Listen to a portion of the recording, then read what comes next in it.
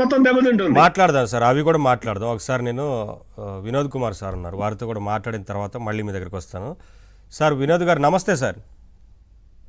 నమస్తే. నమస్తే అండి సార్. ఏం చెప్తారు ఈ వార్ ఎఫెక్ట్ ఇప్పటివరకు? సరే, సత్యమూర్తి గారు వివరించారు చాలా విషయాల మీద, అలాగే పుల్లారావు గారు కూడా ఆ విషయాల గురించి వివరించారు. మీ వ్యూ ఏంటి? ఈ ఆయా రంగాలకు సంబంధించి చాలామంది ఆధారపడి ఉన్న నేపథ్యంలో వాటి మీద కొంత ఇబ్బంది వచ్చే అవకాశం ఉంటుందనేది కనిపిస్తూ ఉంది. ముఖ్యంగా ఇప్పుడు సిమెంట్ ధరలు పెరిగిపోయే అవకాశం ఉందనే వార్తలు వస్తున్నాయి. ఎరువుల విషయంలో ఇబ్బందులు తలెత్తే అవకాశం ఉంటుందనేది కనిపిస్తూ ఉంది. ఈ ముడి సరుకు రవాణాకి ఇబ్బందులు అవుతున్న నేపథ్యంలో చాలా పరిశ్రమల మీద కూడా ఆ ఎఫెక్ట్ పడతా ఉంది కదా. సో కొంత త్వరితగతిన దీని మీద అందరూ ముందుకొచ్చి ఏదైనా ఒక నిర్ణయం తీసుకోవాల్సిన పరిస్థితి ఏర్పడిందంటారా? తప్పకుండా. ఇప్పుడు కేంద్ర ప్రభుత్వము, రాష్ట్ర ప్రభుత్వాలు ఖచ్చితంగా ప్రజలకు ఇబ్బంది లేని విధంగా, ఎందుకంటే మనం ఆల్రెడీ రైస్ కానీ ఏవైనా మనకి ఈవెన్ క్రూడ్ ఆయిల్, ఏ ఆయిల్ అయినా సరే నిల్వ ఉంటది. ఎందుకంటే మనం పెట్టుకున్నది ఫుడ్ కార్పొరేషన్ ఆఫ్ ఇండియా అనేది పెట్టుకున్నది, గిడ్డంగులను పెట్టుకున్నది మనం ఫుడ్ నిల్వ చేయడం కోసం. ఇట్లాంటి విపత్తులు వచ్చినప్పుడు లేదంటే యుద్ధాలు వచ్చినప్పుడు వాటిని ప్రజలకు ఇవాళ ఇబ్బంది కలగకుండా చేయడానికే మనం పెట్టుకున్నది. సో దానికి సంబంధించి ఇప్పుడు ఈవెన్ ఆల్ గ్యాస్ కంపెనీలు కానీ, ఆయిల్ కంపెనీలు కానీ ఇవన్నీ కూడా ఇవాళ భారతదేశంలో ఉన్నాయి. ఇప్పుడు మనం ఆల్రెడీ యుద్ధం వచ్చినా లేదంటే ఇంకొక 1 year వరకు మనకు సప్లై లేకపోయినా అనే నిల్వలు ఉన్నాయి. బట్ ఆ నిల్వలన్నీ కూడా ప్రైవేట్ కంట్రోల్కి పోయడం వల్ల ఇవాళ ఏమైంది, వాళ్ళు ఎక్కువ ధరకు అమ్ముకోవడానికే ప్రయత్నం చేస్తారు ఇట్లాంటి సమయంలో. కాబట్టి ధరలన్నీ పెంచేస్తారు. యాక్చువల్ గా ధరలు పెంచాల్సిన అవసరం లేదు. ఎందుకంటే ఇప్పుడు అంత తొందరగా మనకు అక్కడికి వెళ్ళి ఇరాన్ నుండో లేకపోతే అరబ్ కంట్రీస్ నుండో రాకపోతే ఆగిపోయేది లేదు. కాకపోతే ఏంటంటే ఈ బిజినెస్ మ్యాన్ ఎవరైతే ఉన్నారో వాళ్ళని కంట్రోల్ చేయకపోవడం వల్ల, వాళ్ళ ఇష్టంగా రేట్లు పెంచడం వల్ల, ఇప్పుడు వాళ్ళ దగ్గర ఆల్రెడీ స్టాక్ ఉంటది కాబట్టి దాని ఇష్టారాజ్యంగా రేటు పెంచేసి అమ్మేస్తారు. ఈ యుద్ధాన్ని సాకుగా చూపెడతారు వాళ్ళు. కానీ వాస్తవంగా యుద్ధం సాకు కానే కాదు. మనం ఎప్పుడైనా 1 year వరకు కూడా యుద్ధం వచ్చినా ఇంకా విపత్తు వచ్చినా కూడా ఇవాళ భారతదేశ ప్రజలందరూ సస్టైన్ అయ్యే విధంగా నిల్వలు ఉంచుకుంటాం మనం. ఇవాళ ముఖ్యంగా రైస్ లాంటివి అయితే అసలు చాలా పెద్ద ఎత్తున నిల్వలు ఉంటాయి. కాబట్టి ఇవాళ కంట్రోల్ చేయాల్సింది కేంద్ర ప్రభుత్వం, రాష్ట్ర ప్రభుత్వాలు, ప్రధానంగా వ్యాపారస్తులు. ఈ పెద్ద పెద్ద బిగ్ వ్యాపారస్తులు ఎవరైతే ఉన్నారో వాళ్ళని కంట్రోల్ చేయాలి. ఆయిల్ వ్యాపారస్తులను కానీ గ్యాస్ పెంచేశారు కదా ఆల్రెడీ. 60 రూపాయల గ్యాస్ అదేనండి, మనం తగ్గించవచ్చు. మన ప్రభుత్వం తగ్గించుకోవచ్చు. తగ్గించాలంటే పెంచకుండా ఉంచవచ్చు. కానీ ఎందుకు పెంచేస్తే ప్రభుత్వం అంటే యుద్ధాన్ని ఒక సాకుగా చూపెట్టి పెంచుకుంటది. పెంచుకోవడం వల్ల ప్రభుత్వాలకు లాభాలు. సో ప్రభుత్వం ఏం చేస్తుంది, ఇదే సమయంలో ప్రజలకి ఎట్లా యుద్ధం సాకు చూపెట్టచ్చు. అదే ఎన్నికల సమయంలో అయితే వాళ్ళు వాటిని తగ్గిస్తారు. మళ్ళీ ఎన్నికల సమయము మరొక సమయం. కాబట్టి ఇవాళ ఈ ప్రభుత్వం కూడా సరైన చర్యలు తీసుకోవాల్సిన అవసరం ఉంటుంది. ఉన్న స్టాకును కంట్రోల్ చేసేసి రేట్లు పెంచకుండా, రేట్లు ఎవరు పెంచుతారు? ప్రభుత్వాలే కదా కంట్రోల్ చేయాల్సింది వాటిని.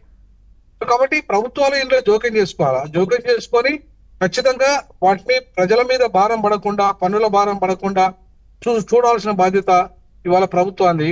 యుద్ధం అయితే మనం ఆపలేము అంత ఈజీ, తొందరగా మన చేతుల్లో లేని పని అది. కానీ మన చేతుల్లో మనం రేట్లు తగ్గించే పరిస్థితి అయితే మన చేతుల్లో ఉన్న పని. అట్లాగే ఇవాళ తాత్కాలికంగా మనకు కొంచెం ఇబ్బంది కలగవచ్చు కాక, కానీ రేట్లను అంత ఏకాఏకన పెంచి అంత స్థాయికి పెంచడానికి ఆస్కారం లేదు. 60 రూపాయలు 70 రూపాయలు పెంచి చేసే పరిస్థితి ఉండదు. ఎందుకంటే గ్యాస్ ఆల్రెడీ నిల్వ ఉంది. మనకు ఆల్రెడీ గ్యాస్ నిల్వలు ఉన్నాయి. మనకు హైదరాబాద్ చుట్టుపక్కలనే కొన్ని వేల టన్నుల, లక్షల టన్నుల గ్యాస్ నిల్వ ఉంది. సో నిల్వ ఉన్నప్పుడు దాన్ని ఇవాళ ప్రభుత్వం కంట్రోల్లో ఉన్న గ్యాస్ ను ప్రైవేట్ వ్యక్తులు కంట్రోల్ చేయడం వల్ల వాళ్ళు ఇవాళ రేట్లు పెంచేస్తున్నారు. దాన్ని కంట్రోల్ చేయాల్సిన ప్రభుత్వాలు. సో కాబట్టి ప్రభుత్వాలు దీనిలో సీరియస్ గా జోక్యం చేసుకొని ప్రైవేట్ వ్యక్తులను కంట్రోల్ చేయగలిగితే మనకు రేట్లు పెరగడానికి స్కోప్ లేదు. అంత పెద్ద ఎత్తున రేట్లు పెరగడానికి స్కోప్ లేదు. అది కంట్రోలింగ్ లేకపోవడం వల్లనే రేట్లు పెరుగుతున్నాయి. అంతేకాకుండా ఇవాళ ఇంకొకటి కూడా, ఇవాళ ఇండియా ఒక అధ్యక్షుని చంపిన తర్వాత సైలెంట్ గా ఉండడం అనేది కరెక్ట్ కాదు. ఎందుకంటే ఇప్పుడు రేపు అమెరికా మన భారతదేశం మీద కూడా ఇట్లాంటి అటాక్ చేస్తే ఏంటి మన పరిస్థితి? కాబట్టి ఖచ్చితంగా ఇవాళ మాట్లాడాలి. మన ప్రధాని గారు సైలెంట్ గా ఉండద్దు. ఇవాళ ఏ దేశ సార్వభౌమాధికారాన్ని అమెరికా కంట్రోల్ చేసే అధికారం అమెరికాకు లేదు. మన సార్వభౌమాధికారాన్ని కానీ ఇంకో దేశ సార్వభౌమాధికారాన్ని కానీ ఆ నాయకుడిని కానీ చంపే అధికారం లేదు. ఇవాళ ఇంటర్నేషనల్ క్రిమినల్ కోర్టు జస్టిస్ మనం ఉంది. ఆయన ఏమైనా తప్పు చేస్తే దాంట్లో అప్పీల్ చేసుకోవాలా, అంతేగాని నువ్వే చంపడానికి డైరెక్ట్ గా వచ్చి నీ విమానము నీ ఆయుధాలతో చంపే అధికారం నీకే ఇచ్చాడు. సార్, మనం ఆ పరిస్థితుల గురించి కాకుండా will confine to the subject. అంటే ఇప్పుడు వరకైతే మనం ఈ ధరలు ఈ విషయం గురించి మాట్లాడదాం. అంటే లాంగ్ డిబేట్ అవుతుంది మళ్ళీ. నేను ఈ ధరల గురించి ఈ యుద్ధ ప్రభావం ఏ రకంగా పడుతుందో ఆయా పరిశ్రమల మీద అనే విషయం గురించి మాట్లాడదాం. ఒకసారి మీరు రైజ్ చేసిన కొన్ని విషయాల్లో నేను పుల్లారావు గారితో మాట్లాడతాను. పుల్లారావు గారు, అంటే గ్యాస్ నిల్వలు తర్వాత పెట్రోల్కి సంబంధించి ఈ నిల్వలు అన్నీ ఉన్నాయి అని చెప్తున్నప్పుడు సరిపడా ధరలు పెంచాల్సిన అవసరం ఎందుకు వచ్చింది అనేది ఒక మాట ఇప్పుడు గాలి వినోద్ కుమార్ గారు ఒక మాట అడిగారు. అంటే గ్యాస్ ఉన్నట్టుండి 60 రూపాయలు పెంచడం గృహ వినియోగదారుల మీద భారమే అవుతుంది కదా, అలాగే కమర్షియల్ సిలిండర్ మీద కూడా 115 రూపాయలు పెంచారు కదా అనేది.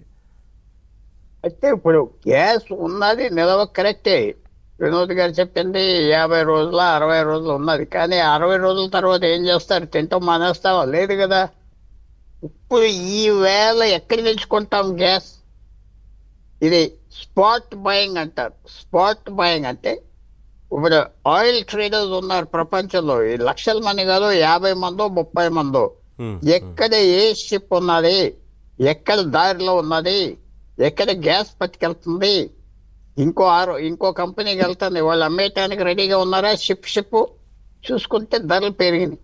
వాళ్ళే ధరలు పెంచారు. ఇదేదో యుద్ధంగా అని చెప్పి ఆ అరబ్ దేశాల్లో ఎవరైతే బాసెస్ వాళ్ళే ధరలు పెంచారు.